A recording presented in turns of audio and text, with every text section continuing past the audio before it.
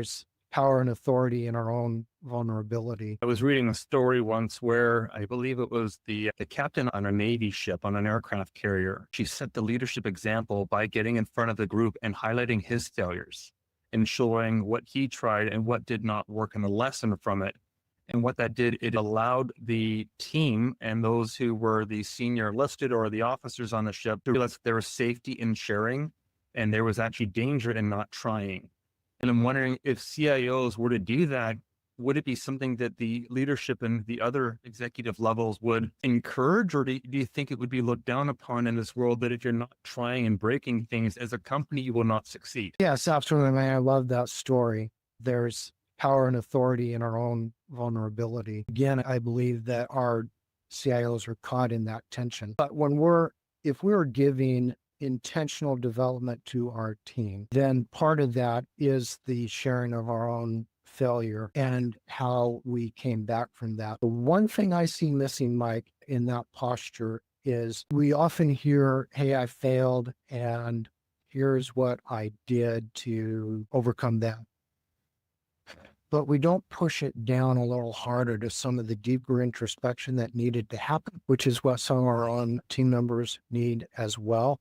Not that we're psychologists or trained counselors, but actually behind most failure is some area of personal deficiency. I don't want to say character, that might be misread, but there's a personal deficiency. We had to do some hard introspection in order to get the right correction. I don't have the internal and inner environment, then I can try something new to fix what I did, and I'm just throwing spaghetti at the wall. So I'm just thinking about how, from a leader's point of view, or from a employee's point of view, rather, if they were to see a leader who not only described the technology or the challenge or the problem that they had from a business point of view, but also kind of the internal reasoning behind it, that could create such a deeper level of trust and authenticity in a world where perception is really the currency of the land. And if someone were to come up and say, I made this decision, this is what happened, and this is why I made this decision, and this is kind of the root of where this all came from, within reason, I think could be a really powerful place to really allow employees to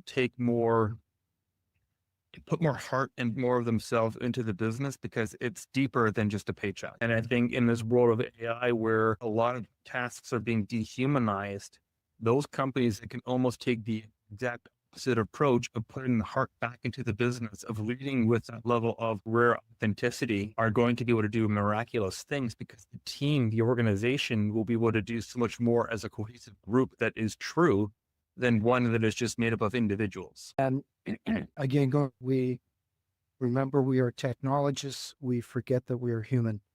As CIOs, we often forget that we are teaching people how to be human. And many of the issues that I run into with CIOs in their work with the team, whether there's some dysfunction there or some fear, secrecy, trying to cover up, is all because we're keeping our focus on the business and we're not teaching that very person how to be human. So yes, I applaud what you just said. Jill, we have covered so much. And I think, to summarize, we've really talked to the heart of technology, the humanness, the need to have authenticity. I believe in you who are listening and watching this right now. If I didn't, I'd go do something else. This is not a job for me. It's passion.